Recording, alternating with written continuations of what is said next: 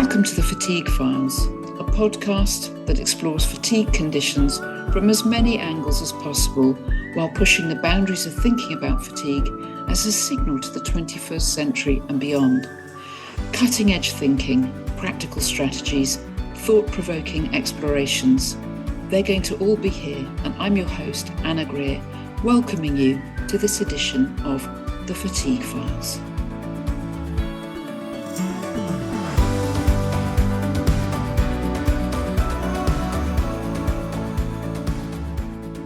So my guest on the podcast today is a wonderful scholar, an amazing woman, Jana Norman, who I am incredibly fond of. And I'm going to allow her to introduce herself, since I will not introduce her adequately. Jana. Oh, thank you, Anna. It's so lovely to be here with you. So in this context, I will introduce myself as a certified nature and forest therapy guide, which I have had that certification for about 3 years. And it goes along really nicely with my day job or my regular work, which is research into the human-earth relationship from a couple of angles in the humanities and through law. So I'm an academic working on that, but there's this really nice complementarity in having these two things to draw on: the research and the thinking and the philosophy of human-earth relationship, and then the doing and the being and the living of the human-earth relationship through this beautiful practice of forest bathing. Yeah, this is truly wonderful. Now, I know, Jana, that you've got an experience with fatigue yourself, that you're working with fatigue actively, that you've got long COVID. And I also know that you recently went to the redwoods, those enormous, ancient, incredible trees. And I just wondered if there's something you experienced there that would be relevant to your journey with fatigue, but also to others listening in who struggle with fatigue and might be really curious about this relationship with trees. Yes.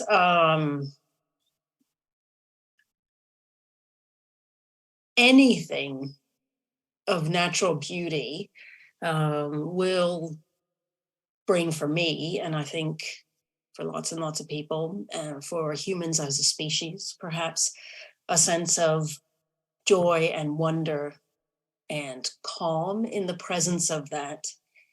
It can be grand or it can be minute and just be full of wonder. And in the case of the redwoods, they are awesome, like the definition of awesome, the beauty of them. And it's the long-standingness. I have been here drawing on the earth and giving to the earth and being present in this place, and together with these others, making this ecosystem thrive. You're in the presence of wisdom. It's like being with a wise person. Or I love, there's a Jungian analyst and writer I like a lot named James Hollis, and he talks about the sagacity of nature, and just that you sink into that depth of wisdom. So when I was able to go to this little place in California and be present with these trees, and you know, it was there was a walkway and stuff. You actually can't walk around them. They're quite sensitive in their roots, which is extraordinary, these big giants, and you have to be quite caring of their roots. So you're near them on this boardwalk and near enough to touch, and the deep grooves of their bark, and then you look up and it's just mind-blowing, and gives you that sense of I'm so small, but I'm really a part of it. Like it doesn't knock you into a space of insignificance. It knocks you into a space of I get to be in this world with this, and I am a part of this. And also they smell amazing. They feel amazing. That it's a multi-sensory, the immediacy of the opportunity to be present they offer just by their being. You just, boom, right there. Yeah, fantastic. Bit like coming into the presence of a very experienced, realized human spiritual practitioner, right? The presence, the sheer energy itself draws you into a different state of being. So I know, Jana, that forest bathing is in part an art of connecting with trees and presumably connecting with these deeper resonance of the intimacy between tree health and human health in a very real, physical, embodied way.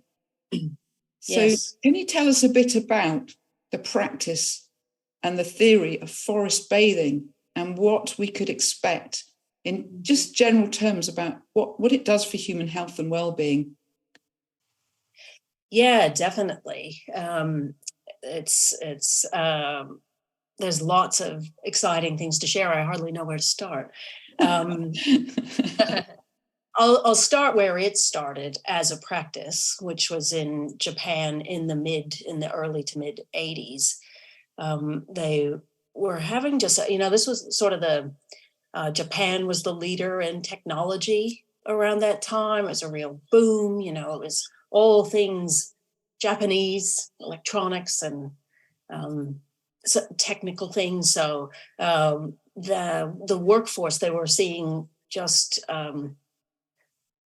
outrageous rates of worker stress and anxiety. So there were tests done, and over 50% of workers were self-reporting significant stress and anxiety. They even have a word in Japanese for death by overwork.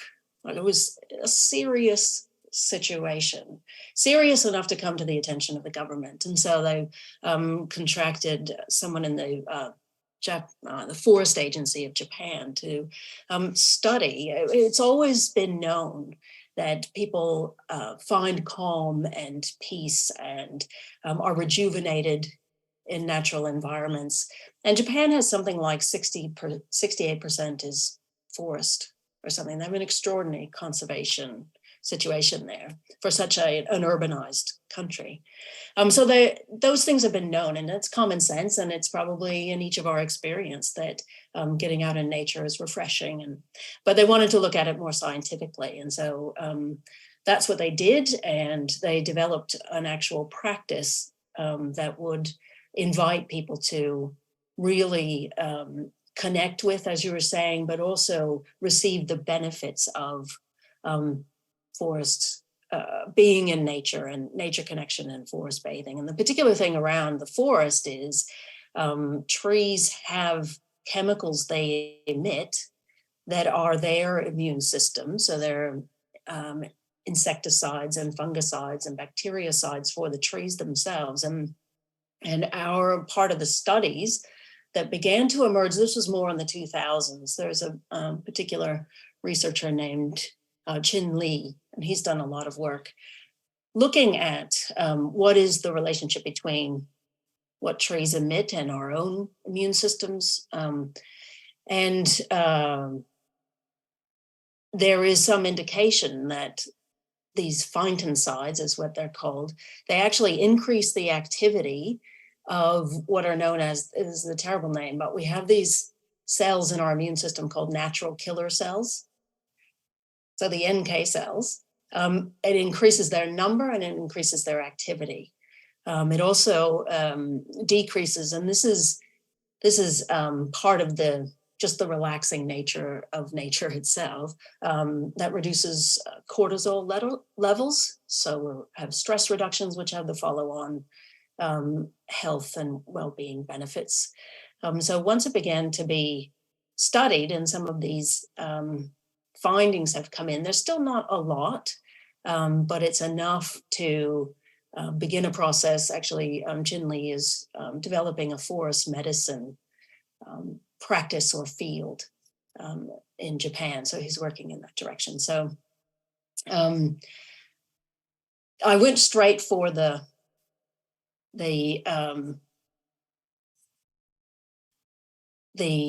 health benefits and the sort of the physical stuff, but I forgot where else we wanted to go with it. Okay, so I probably can't remember either now. Yeah. I think also just like the experiential level of it, like how do you do it, Jana? When you go to the forest, Yes. what does forest bathing actually consist of?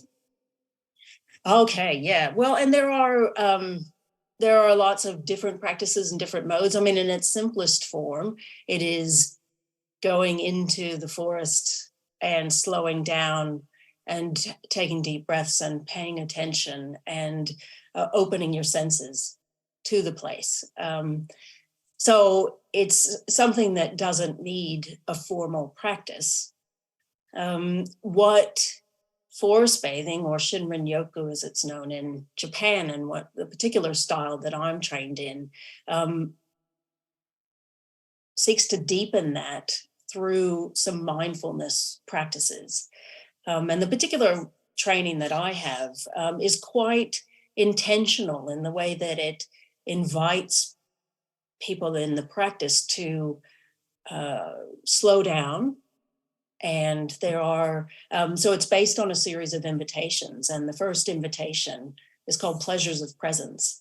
And it's simply about one sense at a time tuning into place. And the practice I'm certified in is from the Association of Nature and Forest Therapy Guides and Programs, developed by a guy named Amos Clifford and others. And it's invitational as part of its openness. So it's all about relationality, intimacy, and openness and grounded awareness. And it's quite intentional about a movement into, from everyday life and all the clamor, into a liminal space where you're open and relating and connecting. And this is to self as part of nature and to nature as other. And then it's moving back out again. So it's a 5-step movement that takes you on this journey that is quite rhythmic. And it's actually an ancient archetypal movement to have an entry and go deeper and then have a time for going out. A lot of liturgies in various religions are based on this same kind of movement. So bringing that mindfulness and that sense of rhythm to forests, to time and nature, deepens the intimacy and the connectedness with self and other. So it starts with just opening up the senses, and everything in the forest bathing practice I'm trained in is an invitation, which allows for the agency of the individual to pick it up as they will, as they can, where you're at. And the guide, which is what I am, the forest is the therapist, we're just the guides. Our job is to create an accepting space so that whatever that response is, if you just can't stand still today, that's cool. You know, whatever, you will get something, because the forest is going to do its healing work. Yeah. And this can be done. I should jump in and say, you can do forest bathing anywhere. You can do it with a pot plant on your desk or dresser. Yeah, I was going to ask about that, because obviously quite a lot of people are nowhere near what they could conceive of as a forest in any way, shape or form. So it's how to bring that into, urbanized lives, maybe even housebound people, bedbound people.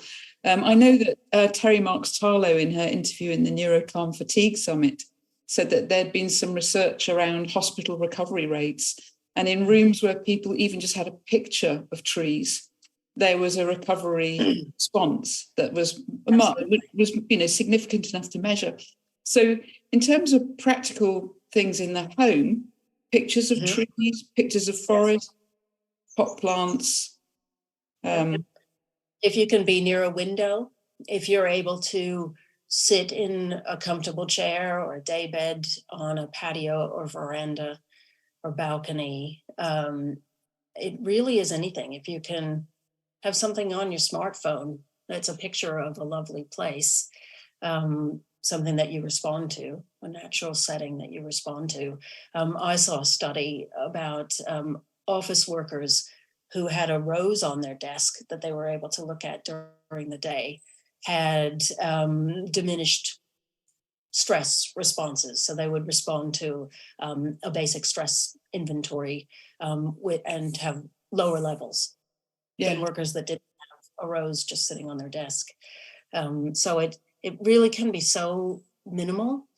It's about the main question in forest bathing is, what are you noticing? Yeah. And what are you noticing through your senses? So you can do that anywhere. You can do that with your eyes closed and a memory. I actually came across on a podcast from one of the networks here in Australia. They have a mindfulness series, and another practitioner from here, from a different school, but all the same principles apply. She offers a forest bathing experience through the podcast. And you can do it because if you have been to a forest, and you can easily translate. If she says, and you're noticing, breathe in the smell of the eucalypts, and you have fir trees, or you have beech trees, or what, you can substitute in your mind, and that's what that becomes, and you can be in the place. It's a lovely podcast because she's got some gentle crunching of feet, sort of the soundtrack. So you're walking through the forest with her, and most forest bathing has very minimal walking, and it is highly adaptable. So if you do connect with a practitioner and you are able to go out to do it, it can be adapted to most needs and capacities. Yeah, beautiful. One of the best practices, and this one happens at that deep point. So in the practice I do, you do the pleasures of presence. You're still in a place, and you go through the senses, responding to the question, what are you noticing? I just noticed a beautiful little blue wren out my window here. I could hear that. And then there's the second step is about moving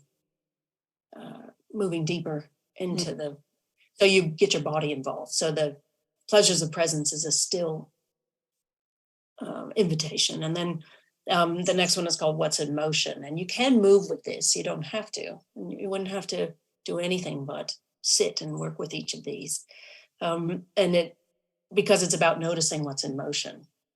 And once you've turned on your senses, it would be most obvious to notice what's in motion by looking around and seeing it. But you start to attend to motion that you hear and the motion you imagine, which is one of our amazing, wonderful senses.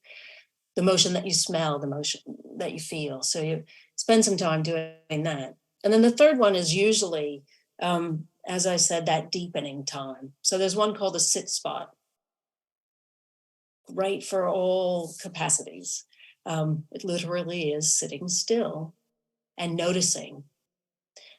One of the things that I find great value in the practice of forest bathing, as opposed to other kinds of mindfulness and meditation experiences, which are great, and but what works for me with forest bathing is that it's about being present and relating more than it's about closing off or coming inside. And we are so responsive. I think it's possible to generalize this, that humans, being part of nature, we respond to nature has the right bandwidth of stimulation. Unless it's just blowing a gale, and that's pretty much too much, and that can happen. When we're talking about a place that you would willingly sit and spend some quiet time in a moment and a season, that register is perfect in terms of it's enough stimulation, but it's stimulating the parasympathetic nervous system. You respond out of calm, and it's a responsiveness of the unconscious, because it's our whole being. is able to it's our entire somatic field, isn't it, as well? Yeah. Because I imagine at some of the more subtle levels of practice, and I would imagine sometimes when we practice meditation, it's as if a sound touches us, and we have a felt sense in the body of the relationality between the sound and the felt sense in the body. And I imagine in the deeper levels of the practice, there is a sense of bodily continuity with the forest itself, which takes us profoundly into the creatureliness of our humanity, doesn't it? Because we've got that forest-like complexity within us, that we're more than human than we are what we think of as human. Like, we are actually a system that is membranously connected, open yet, suitably not separated, but distinguishable from what we think of as the environment. And there's a kind of continuity there that I imagine you can also really enter down into in the forest and really feel it, really know it, like at every level, viscerally, mentally, emotionally, spiritually, every dimension. Absolutely. And when you bring to these experiences a little bit of awareness about how the forest operates, it deepens that sensibility and that knowing. I imagine lots of people are familiar with the idea of the wood wide web and the whole how trees communicate with one another. There's been some really interesting and very popular and accessible, just really interesting. So they're turning the science into ways that everyone can connect with about what's happening with trees. One of my favorites is kind of the story of her own discoveries of it, but there's a project that she's related to that has some interesting resources and just sort of dot points about the science of how trees communicate in this mycorrhizal network under the soil, as well as through these chemicals. So trees can also be communicating with each other at any level, at the canopy level. If there's one that's suffering, the intensity of its what it's pumping out in terms of its chemicals is communicating to other trees. I've got this fungus I'm dealing with, or I've got this bacteria I'm dealing with. It's coming your way. You're going to want to pump up your system. I've heard it said that those are the kinds of things they communicate. Yeah, absolutely. But, Stan Simard has this book called Finding the Mother Tree. And there's just extraordinary variations and depth of relationality going on amongst the trees. And the mother tree is the hub tree, the big mama. This is the tree that it's got the most, it's the sort of carbon storehouse, and it can send out to its own, in its region, through its own network, it can send out carbon to the smaller trees to help them grow. There are also some studies about trees can form complex interspecies relationships. So the birch and the Douglas fir have a lot of symbiotic relationships, but they seem more communicative, and it's not just symbiosis in a mechanical way. It's if you know what I mean, I get the sense of it as it's a relational. Yeah, exactly. I think that's what I've picked up as well from my reading of things about the intelligence of forests, is that intense relationality and even moments of compassion. When you were talking there about the sending out the signals, the chemical signals, I believe there are studies that show that other trees respond to rescue the tree that is in a plight. And there was a beautiful story in one of the documentaries I saw about a stump being kept alive from beneath through the mycorrhizal network by the surrounding trees. So to look at it from the ground, you think there's just this dead stump, but actually the relationality of the forest extends to keeping that stump in some meaningful sense, alive and part of the community. That's extraordinary. Yeah. One of the things that I like to do in the Pleasures of Presence invitation is invite people to pay attention to their sense of imagination, and invite them to go down through their feet if they're standing, or just go imagine themselves going down below the surface of the earth and coming into contact with that whole network. And whether or not people are aware of the Wood Wide Web and the microbial network and the science behind it, people often come into there's always a time for sharing if people want to, based on what are you noticing. And people will say, what I was noticing is just how complex it is and how much connection there was. And it's amazing that we are able to imagine, and then, which means put ourselves in amongst that place, and do our own drawing upon it. Absolutely. And even perhaps experiencing ourselves as that, also that complex, that networked, that multiply intelligent, a different view of the self, the body, the layers of the self as well. Yeah, and that's really helped me in my own fatigue journey. I find I've always been a very independent person, or imagine myself to be, or whatever. And, I was going to say you can't get away with that when you're as unwell as I have been, and others, that you're reaching out to through this. But it isn't that, it's more that I'm really glad I was invited into the space.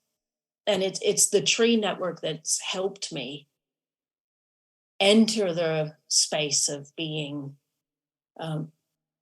vulnerable, but knowing that I can trust a network of support. Does that make sense? I'm not, I can feel this a lot more than I can talk about it. It makes perfect sense. It maps directly into what gave me permission, knowing that and experiencing it through forest bathing as a somatic experience. Yes. Enables me to be okay with the level of support and letting myself be cared for within it. Yes. Not as a victim or not out of need, but as part of it or something. Yeah. Change my relationship to being. Yeah, absolutely. And there's something in this whole conversation about forests and trees, and that sense that you said that people can go in any state or level of awareness and be gifted from the experience. The generosity of it, the sheer generosity of it, really reminds me of the whole person-centered, unconditional, positive regard that we get with a really well-trained therapist. That non-judgmental holding that ultimately, in order to heal as well, we need to give ourselves. And part of the journey of healing from fatigue, for me personally, and I think for many others, has been about this slowing down, dropping in, deeper levels of self-relationality, non-judgment, and radical acceptance, and being able to let go into the fundamental generosity of life itself in order to rebalance the system and heal, to get the kind of safety and transformation that's pivotal for healing from complex chronic conditions. And I'm just so inspired by what you're saying here, Jana, about the embodied teaching of the experience of being in the forest bathing, the way that the receptor sites in your being picked up on that, and how that has been so transformative as an experience. Absolutely. And you've just said that so well. Anna, absolutely. And when you said gift, I just, there was like a bloom or a burst around that of just joy and yes. In the forest bathing practice, in this standard sequence of this particular practice, it's that's what I see people get. They leave gifted. They leave the experience gifted, and it's around that thing of, for example, in the sit spot, if that's what I choose for the center point. It's usually about 20 minutes. And there's a phenomenon that occurs that if you're sitting still in a natural place for about 20 minutes, not only are you gifted by the smells and the sights and just the quiet and the stillness, but that's about the amount of time it takes for, if there are creatures in your environment, if you've been there still for that amount of time, for around that amount, you're just a part of their world now. And that's where the gift lies. Like if there's a heart to the practice and a heart to the gift, it's in that moment where you're conscious at whatever level, whether it's in your body and your being, or if it comes to mind, your awareness that the gift is, you're part of this and you are held in it as it goes about its business kind of way. Like it isn't one thing I think I appreciate so much about the practice is that it is all about you in one sense, like you're doing it and you're receiving the benefits and you're having these really quite lovely transformative experiences. But it's about that relationship. So when you say gift, that happens in the context of relationship. And so the forest bathing practice ends with a tea ceremony. And the ceremony is very simple. It's just having some tea that hopefully, if you can get your hands on something that's from that place, something native to there, then you have an experience of sharing in and ingesting and taking in that place to take it with you. And the very first thing we do is pour a cup and then pour it to the ground and give thanks. Wonderful. And everyone responds and enjoys that moment because that's what you do in any relationship when you know that you've been given this really amazing gift. And it hasn't done anything with you in mind per se, but it has done everything with you in body, with it. Yes. I've become a part of it, you know? And there's usually, so just to finish off the sequence, because I think it's important because of the way it helps you move in and out. And so from that big center point where maybe it's the sit spot and you've had this moment where it's just for you and in that place. And then we might do something that's a little more interactive and a little more fun. So you're starting to, and this I think of actually as it's what the person does to gift back. So in lots of ways, it can be like that. One of the ones I really love is making mandalas. So you just go around and if I have a group of 10 people and we're doing it, it's extraordinary what people come up with. Some people go 3-dimensional, some people, it just, the creativity. And so your own gifts are invited to come out and share with the forest. And we usually leave a gallery, so you've got these mandalas everywhere. And we just leave them be because they're all made out of leaves and sticks and stones and whatever people have found. And sometimes people may find a little bit of something discarded from the human world, and that becomes a part of it. And we think about that, and we talk about it. And then you go and have the tea ceremony and you can after we've said our thank yous and we're in that space and we're enjoying the tea, you just start shooting the breeze and talking about the experience you've had, and you're ready to go back and bring that back into your everyday life. And to translate some of this for the individual and for someone who needs to do these things on their own or at home.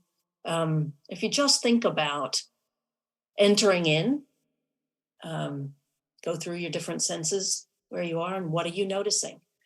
The key thing is just take the question, what are you noticing, to the beach, to the forest, to the park, to your pot plant, to the chair near the window or your bed near the window, and start from there. Then what are you noticing about what's in motion? Spend 10 or 15 minutes. And even if you're looking at a pot plant and doesn't seem to be moving, you might see there's a little bug, or you might think about the motion of its growth. It's moving, or whatever comes to mind, doesn't matter. You might think about a cycle of life or whatever you do. And then some kind of a sit spot. And then just something that helps you interact. If you're able to do a little drawing or a little journaling, take note in some way. Whatever comes to mind. One of the great things about being a guide is you let the moment and the season and the place kind of dictate those couple in the middle that are just sort of wild cards, or they're not as set as the first two in the tea ceremony. And then just have your own ceremony of gratitude, and away you go. Hopefully, and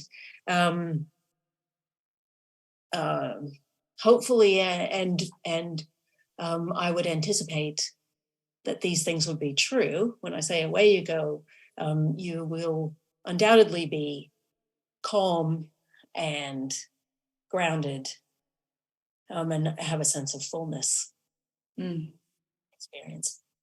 Really beautiful. What a beautiful practice, and so possible to do it anywhere. As you say, the imagination is an incredible tool. So even if you're literally at the point where you're lying, where you can do very little, you can still go through it in your imagination as much as your fatigue allows. But there's this lovely embodied dimension of it where it's not all just in the head, is it? It's the imagination obviously affects our whole physiology, but there's also a sense in which the body itself as a sensory sensing field is involved in this practice. I was very struck by when you spoke about what's in motion, how actually in stillness, when we take our awareness into that place of somatic stillness, there's movement in the self. There's constant waves of, intensifying, flowing, moving, blocking, loosening, even in the self. And to experience that at the sit spot with the forest movements and the networked relationships around almost invites one to experience a whole field of the self as continuous with that in some really important way. And coming off that as well, it seems to me that when you say this beautiful thing about when you sit for 20 minutes, you become part of the world of the creatures. It's a kind of welcome home, human. You're just a critter. It really is a beautiful sense in which we're rediscovering in that practice that we're earthlings. We are earthlings through and through.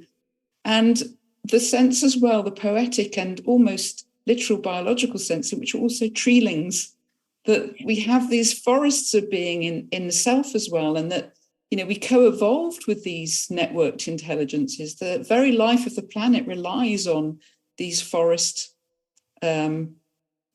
systems that operate like neural networks. I mean, extraordinary, amazing beings that trees are. So there's so many layers to what you're saying there, Jana. It's truly inspiring. Yeah, I think so too. And again, you've put it so well. And the mapping the neural networks to the mycorrhizal networks, to river systems. Like if you see river deltas, for example, from the air, and you get those great satellite or aerial shots of some of them, they look like tree systems and network systems. And there's a beautiful mapping of which we are fully a part. Absolutely. And I think there's something here that we can take away really practically about healing conditions like fatigue. Yes. And I do mean healing as a process, not the idea of a cure, which I think is a very different idea. You know, the process of healing is an invitation to depth. And it's an invitation in a very real sense to coming home. But coming home to the self, coming home to others, coming home to earth, coming home to the complex systems of which we're made and are part. And coming home, dropping down, really coming into the sense of fundamental belongingness that brings so much safety to the self and so much healing in its path, seems to me to be really key to the fatigue journey, the spiritual journey, and also to much of, if not all of, what you've been sharing about forest bathing.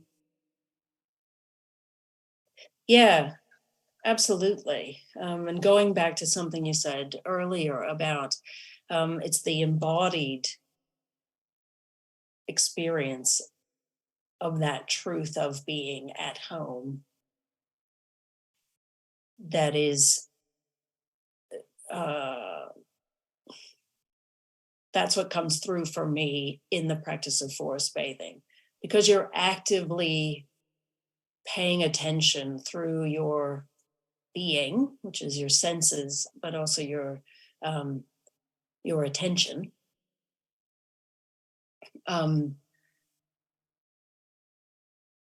You can think about the welcome home, but in this practice you feel it.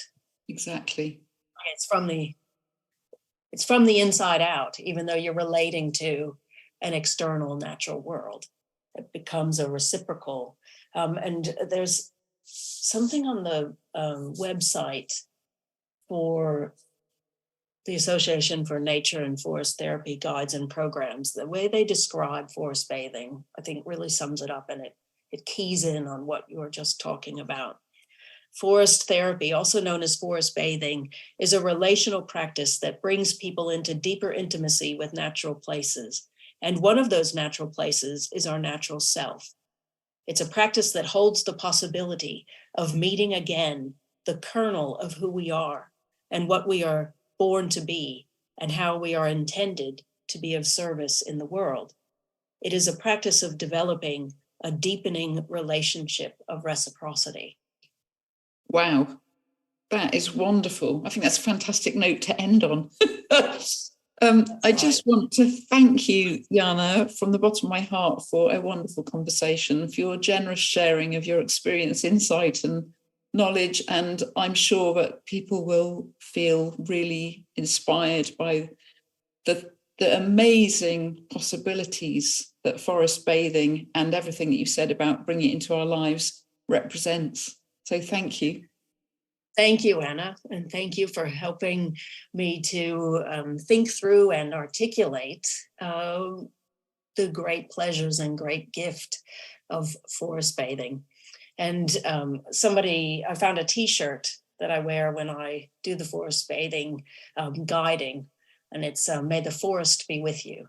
I love it. May the forest be with you. May the forest be with you, everyone. Yes.